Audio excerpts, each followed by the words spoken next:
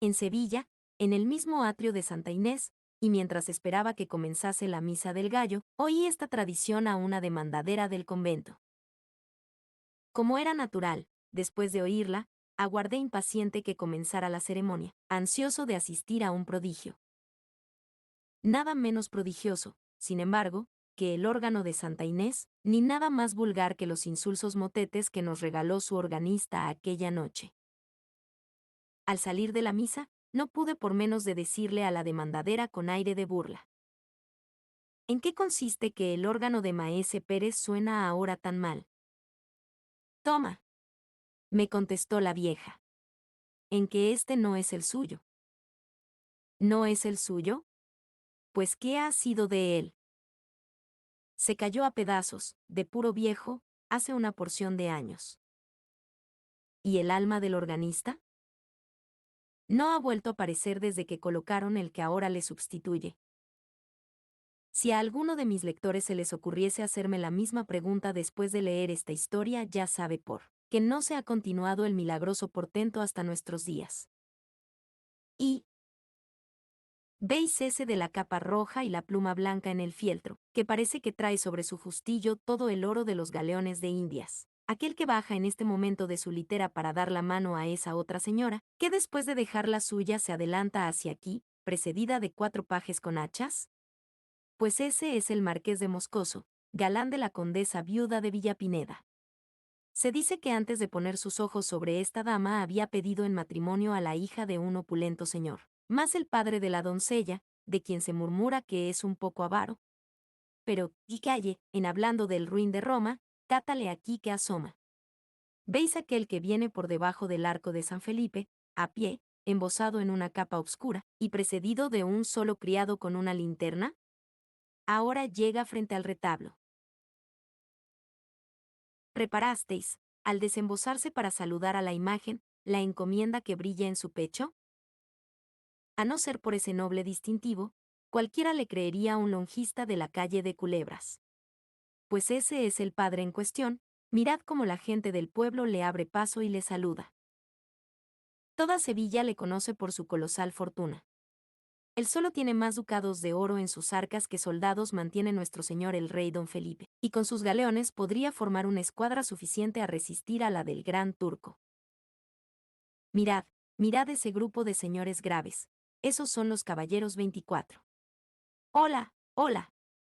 También está aquí el flamencote, a quien se dice que no han echado ya el guante los señores de la Cruz Verde merced a su influjo con los magnates de Madrid. Este no viene a la iglesia más que a oír música. No, pues si Maese Pérez no le arranca con su órgano lágrimas como puños, bien se puede asegurar que no tiene su alma en su almario, sino friéndose en las calderas de Pedro Botero. Hay vecina. Malo, malo. Presumo que vamos a tener jarana. Yo me refugio en la iglesia, pues, por lo que veo, aquí van a andar más de sobra los cintarazos que los paternoster. Mirad, mirad, las gentes del Duque de Alcalá doblan la esquina de la plaza de San Pedro, y por el callejón de las Dueñas se me figura que he columbrado a las del de Medina Sidonia. ¿No os lo dije? Ya se han visto, ya se detienen unos y otros, sin pasar de sus puestos. Los grupos se disuelven. Los ministriles, a quienes en estas ocasiones apalean amigos y enemigos, se retiran. Hasta el señor asistente, con su vara y todo, se refugia en el atrio, y luego dicen que hay justicia para los pobres. Vamos, vamos. Ya brillan los broqueles en la obscuridad, nuestro Señor del gran poder nos asista. Ya comienzan los golpes, vecina. Vecina. Aquí, antes que cierren las puertas. Pero, ¿qué? ¿Qué es eso? ¿Aún no ha comenzado cuando lo dejan? ¿Qué resplandor es aquel? Hachas encendidas. Literas. Es el señor arzobispo. La Virgen Santísima del Amparo, a quien invocaba ahora mismo con el pensamiento, lo trae en mi ayuda. Ay. Si nadie sabe lo que yo debo a esta señora, con cuánta usura me paga la candelilla que le enciendo los sábados. Vedlo, qué hermosote está con sus hábitos morados y su birrete rojo. Dios le conserve en su silla tantos siglos como yo deseo de vida para mí. Si no fuera por el media Sevilla hubiera ya ardido con estas disensiones de los duques. Vedlos, los hipocritones, como se acercan ambos a la litera del prelado para besarle el anillo, como le siguen y le acompañan, confundiéndose con sus familiares. ¿Quién diría que esos dos que parecen tan amigos, si dentro de media hora se encuentran en una calle oscura? Es decir, ellos. Líbreme Dios de creer los cobardes. Buena muestra han dado de sí peleando en algunas ocasiones contra los enemigos de nuestro Señor. Pero es la verdad que si se buscaran, y si se buscaran con ganas de encontrarse, se encontrarían, poniendo fin de una vez a estas continuas reyertas en las cuales los que verdaderamente baten el cobre de firme son sus deudos, sus allegados y su servidumbre. Pero vamos, vecina, vamos a la iglesia antes que se ponga de bote en bote, que algunas noches como esta suele llenarse de modo que no cabe ni un grano de trigo. Buena ganga tienen las monjas con su organista, cuando se ha visto el convento tan favorecido como ahora. De las otras comunidades puedo decir que le han hecho a Maese Pérez proposiciones magníficas. Verdad que nada tiene de extraño, pues hasta el señor arzobispo le ha ofrecido montes de oro por llevarle a la catedral. Pero él, nada. Primero dejaría la vida que abandonar su órgano favorito. ¿No conocéis a Maese Pérez? Verdad es que sois nueva en el barrio. Pues es un santo varón, pobre, sí, pero limosnero cual no otro. Sin más parientes que su hija ni más amigo que su órgano, pasa su vida entera en velar por la inocencia de la una y componer los registros del otro. Cuidado que el órgano es viejo. Pues, nada, él se da tal maña en arreglarlo y cuidarlo que suena que es una maravilla.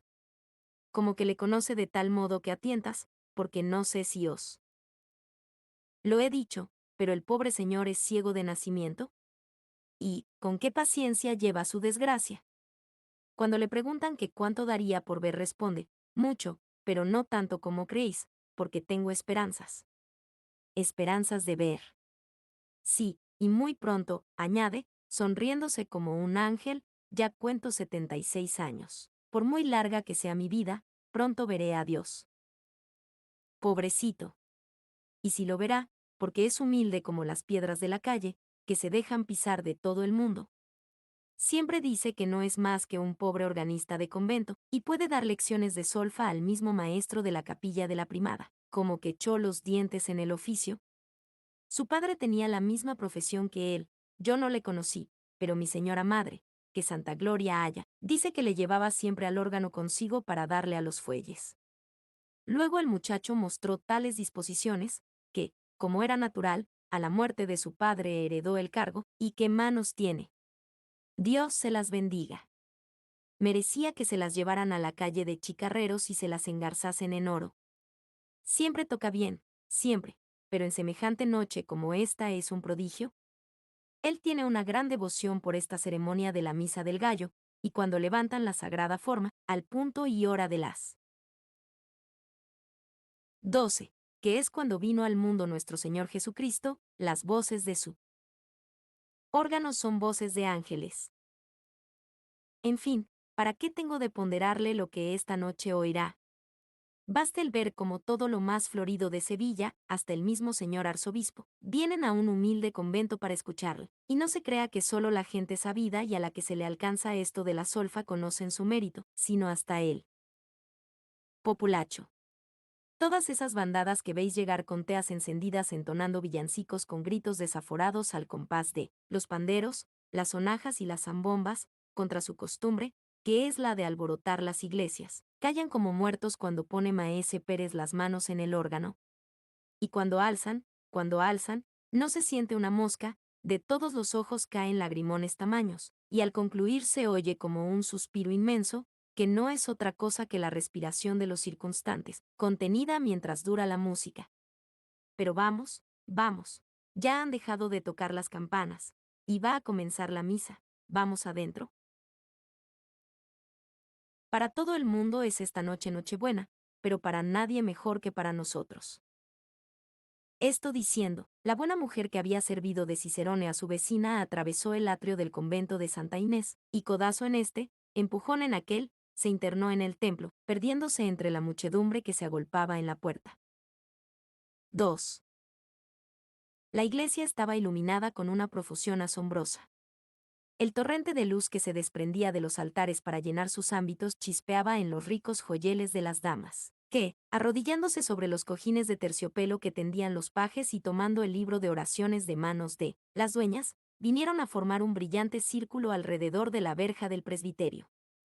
Junto a aquella verja, de pie, envueltos en sus capas de color galoneadas de oro, dejando entrever con estudiado descuido las encomiendas rojas y verdes, en la una mano el fieltro, cuyas plumas besaban los tapices, la otra sobre los bruñidos gavilanes del estoque o acariciando el pomo del cincelado puñal, los caballeros 24, con gran parte de lo mejor de la nobleza sevillana, parecían formar un muro, destinado a defender a sus hijas y a sus esposas del contacto de la plebe.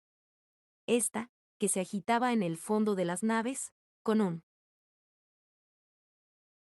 rumor parecido al del mar cuando se alborota, prorrumpió en una aclamación de júbilo, acompañada del discordante sonido de las sonajas y los panderos, al mirar aparecer al arzobispo, el cual, después de sentarse junto al altar mayor bajo un solio de grana que rodearon sus familiares, echó por 3 veces la bendición al pueblo. Era la hora de que comenzase la misa. Transcurrieron, sin embargo, algunos minutos sin que el celebrante apareciese. La multitud comenzaba a rebullirse, demostrando su impaciencia. Los caballeros cambiaban entre sí algunas palabras a media voz y el arzobispo mandó a la sacristía a uno de sus familiares a inquirir el por qué no comenzaba la ceremonia. Maese Pérez se ha puesto malo, muy malo, y será imposible que asista esta noche a la misa. Esta fue la respuesta del familiar.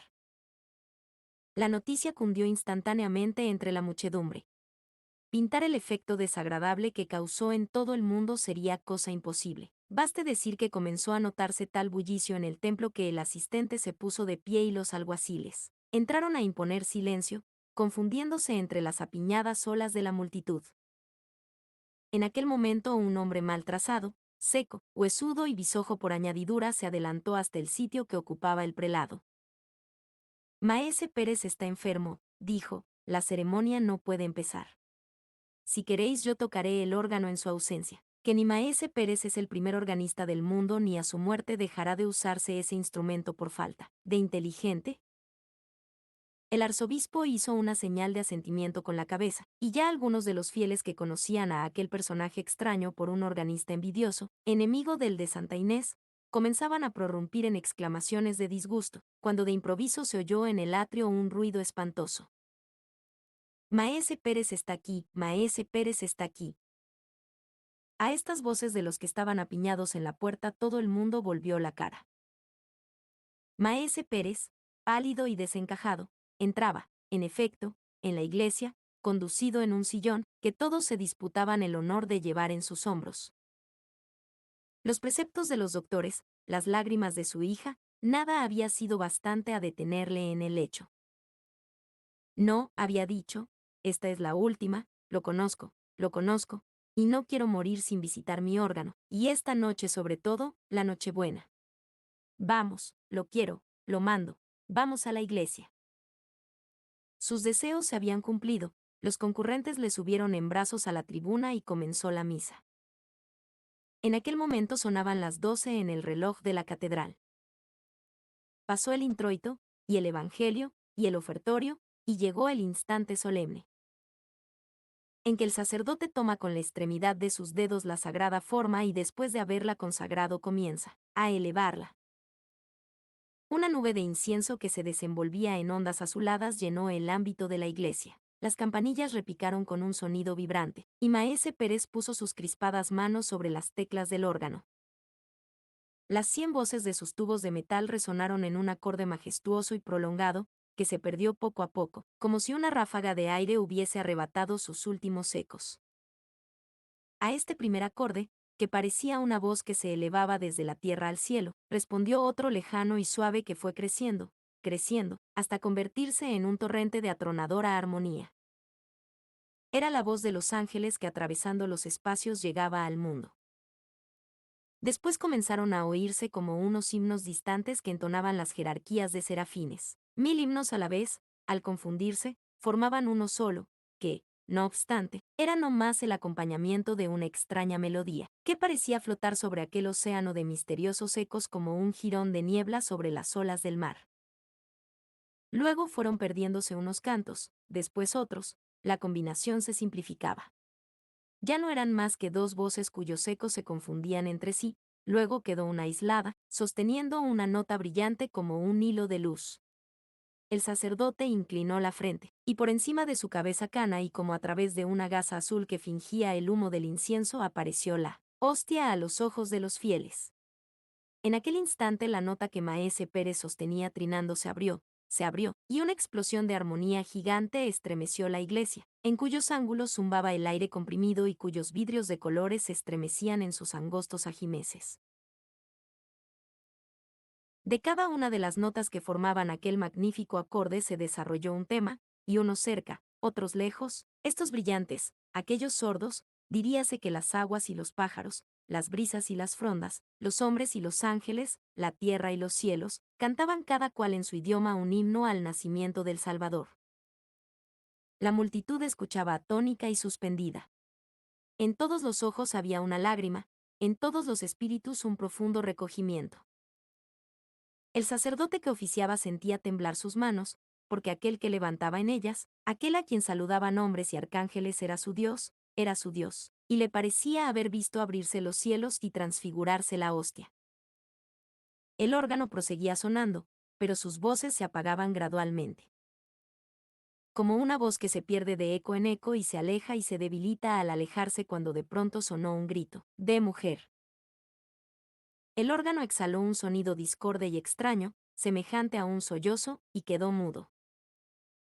La multitud se agolpó a la escalera de la tribuna, hacia la que, arrancados de su éxtasis religioso, volvieron la mirada con ansiedad todos los fieles. ¿Qué ha sucedido? ¿Qué pasa? Se decían unos a otros. Y nadie sabía responder y todos se empeñaban en adivinarlo, y crecía la confusión y el alboroto comenzaba a subir de punto, amenazando turbar el orden y el recogimiento propios de la iglesia. ¿Qué ha sido eso? Preguntaban las damas al asistente, que, precedido de los ministriles, fue uno de los primeros a subir a la tribuna, y que, pálido y con muestras de profundo pesar, se dirigía al puesto en donde le esperaba el arzobispo, ansioso, como todos, por saber la causa de aquel desorden. ¿Qué hay?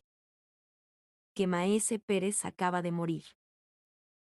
En efecto, cuando los primeros fieles, después de atropellarse por la escalera, llegaron a la tribuna, vieron al pobre organista caído de boca sobre las teclas de su viejo instrumento, que aún vibraba sordamente, mientras su hija, arrodillada a sus pies, le llamaba en vano entre suspiros y sollozos. 3. Buenas noches, mi señora doña Baltasara, ¿también Usarced viene esta noche a la misa del gallo? Por mi parte, tenía hecha intención de irla a oír a la parroquia, pero lo que sucede, ¿dónde va Vicente? ¿Dónde va la gente? Y eso que, sí he de decir verdad, desde que murió Maese Pérez parece que me echan una losa sobre el corazón cuando entro en Santa Inés, pobrecito. Era un santo. Yo de mí sé decir que conservo un pedazo de su jubón como una reliquia, y lo merece, pues en Dios y en mi ánima que si el señor arzobispo tomara mano en ello es seguro que nuestros nietos le verían, en los altares. Mas, como ha de ser. A muertos y a idos no hay amigos. Ahora lo que priva es la novedad. Ya me entiende Usarced. ¿Qué? ¿No sabe nada de lo que pasa? ¿Verdad que nosotras nos parecemos en eso, de nuestra casita a la iglesia y de la iglesia a nuestra casita, sin cuidarnos de lo que se dice o déjase de decir? Solo que yo, así, al vuelo, una palabra de acá, otra de acullá, sin ganas de enterarme siquiera, suelo estar al corriente de algunas novedades. Pues, sí, señor, parece cosa hecha que el organista de San Román, aquel bisojo, que siempre está echando pestes de los otros organistas, aquel perdulariote, que más parece jifero de la puerta de la carne que maestro de solfa, va a tocar esta Nochebuena en lugar de Maese Pérez. Ya sabrá Usarced, porque esto lo ha sabido todo el mundo y es cosa pública en Sevilla, que nadie quería comprometerse a hacerlo.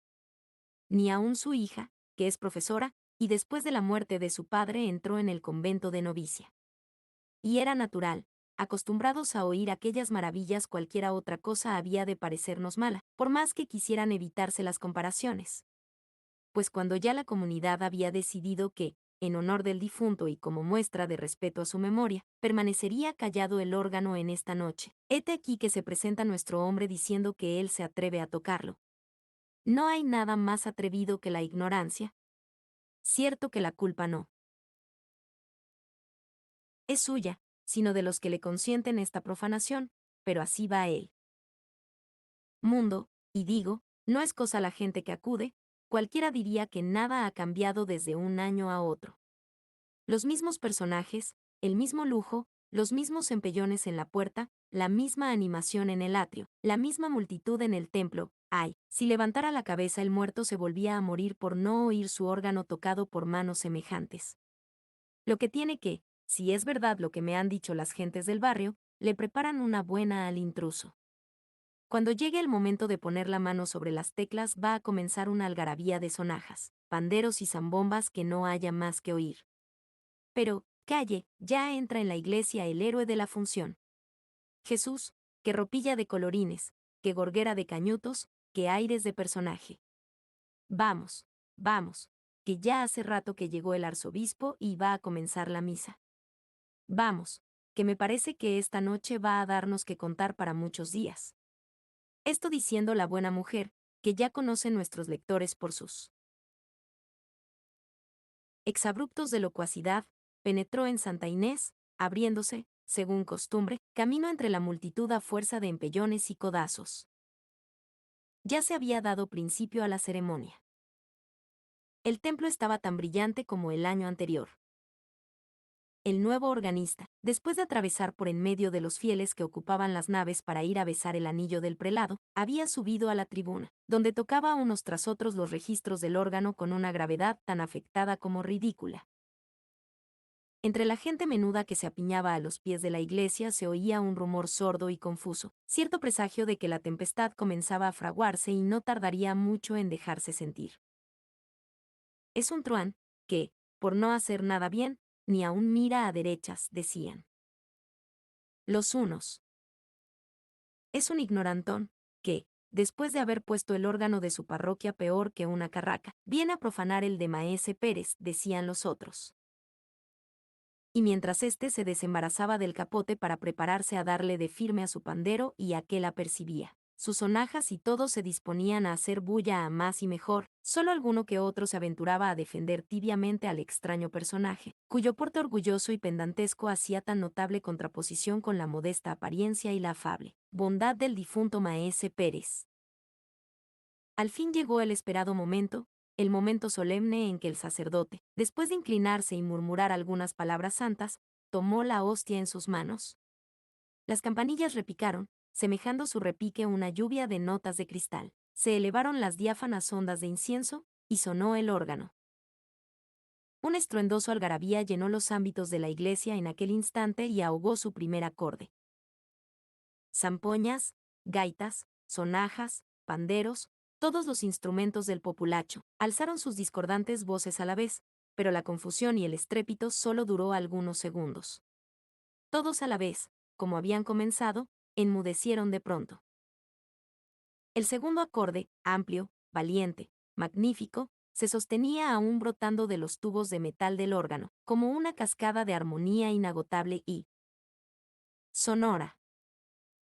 Cantos celestes como los que acarician los oídos en los momentos de éxtasis, cantos que percibe el espíritu y no los puede repetir el labio, notas sueltas de una melodía lejana, que suenan a intervalos, traídas en las ráfagas del viento, rumor de hojas que se besan en los árboles con un murmullo semejante al de la lluvia, trinos de alondras que se levantan gorjeando de entre las flores como una saeta despedida a las nubes, estruendos sin nombre, imponentes como los rugidos de una tempestad, coros de serafines sin ritmo ni cadencia, ignota música del cielo, que solo la imaginación comprende, himnos alados, que parecían remontarse al trono del Señor como una tromba de luz y de sonidos, todo lo expresaban las 100 voces del órgano con más pujanza, con más misteriosa poesía, con más fantástico color que lo habían expresado.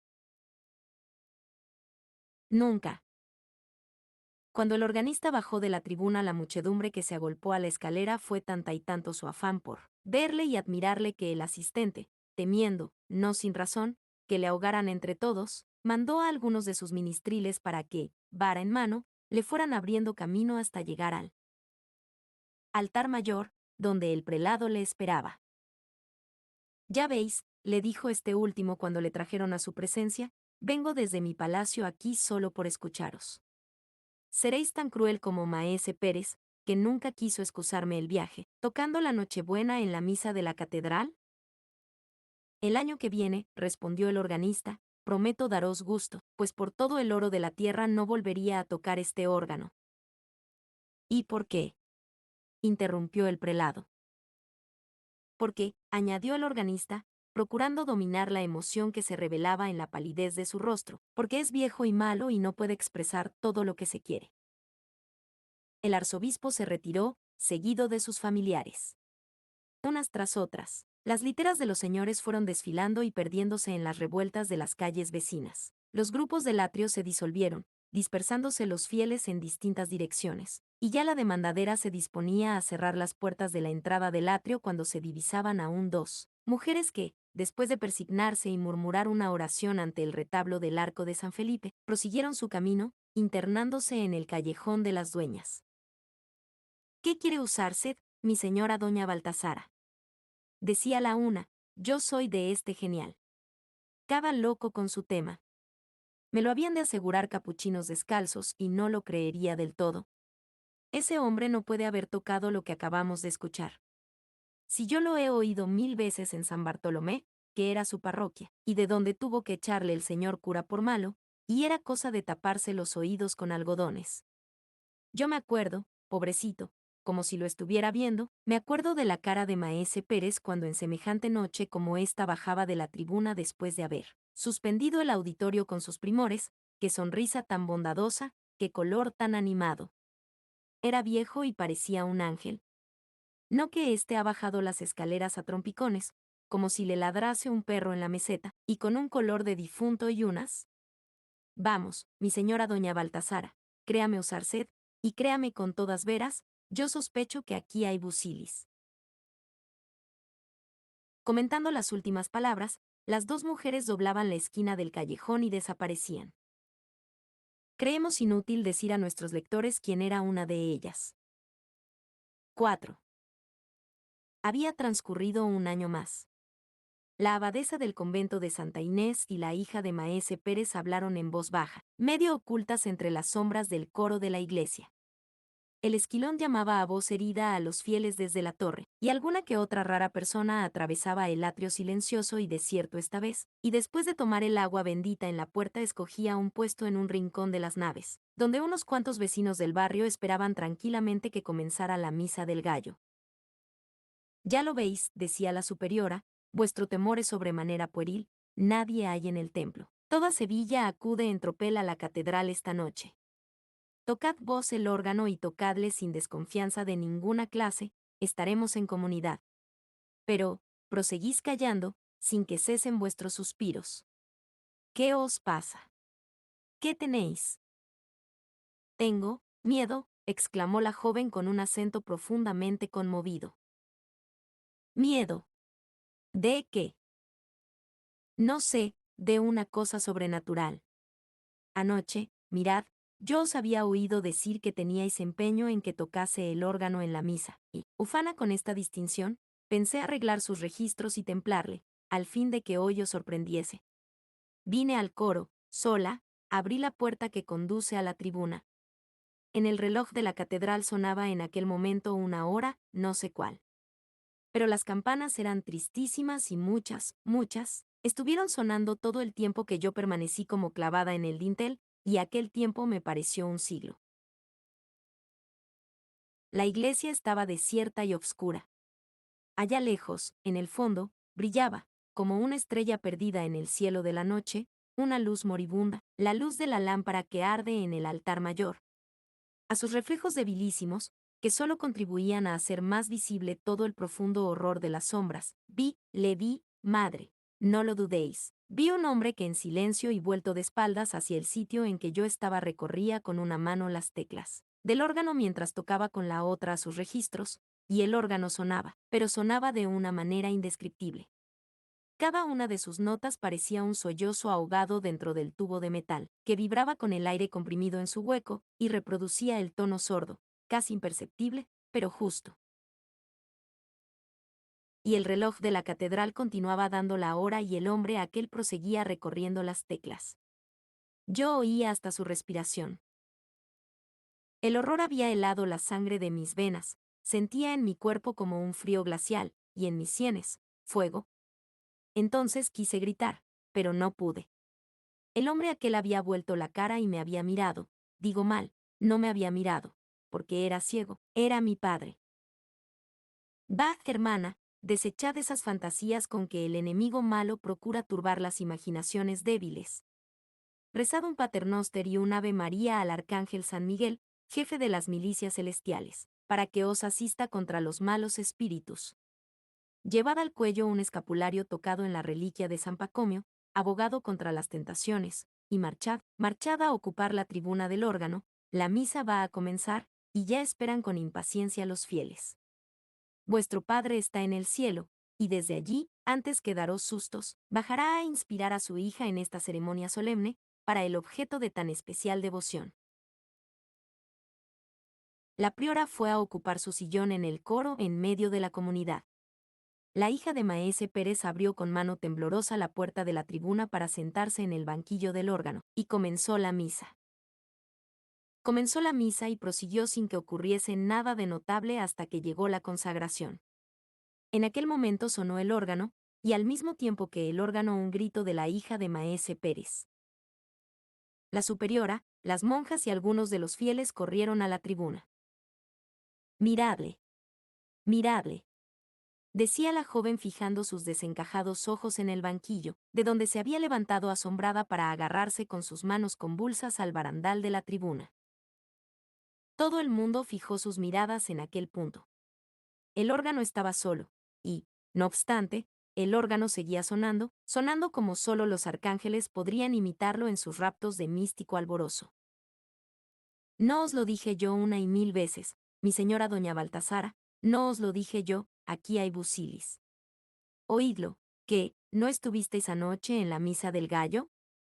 Pero, en fin, ya sabréis lo que pasó. En toda Sevilla no se habla de otra cosa. El señor arzobispo está hecho, y con razón, una furia. Haber dejado de asistir a Santa Inés, no haber podido presenciar el portento, ¿y para qué? Para oír una cencerrada, porque personas que lo oyeron dicen que lo que hizo el dichoso organista de San Bartolomé, en la catedral, no fue otra cosa. Sí lo decía yo. Eso no puede haberlo tocado el bisojo, mentira. Aquí hay busilis, y el busilis era, en efecto, el alma de Maese Pérez.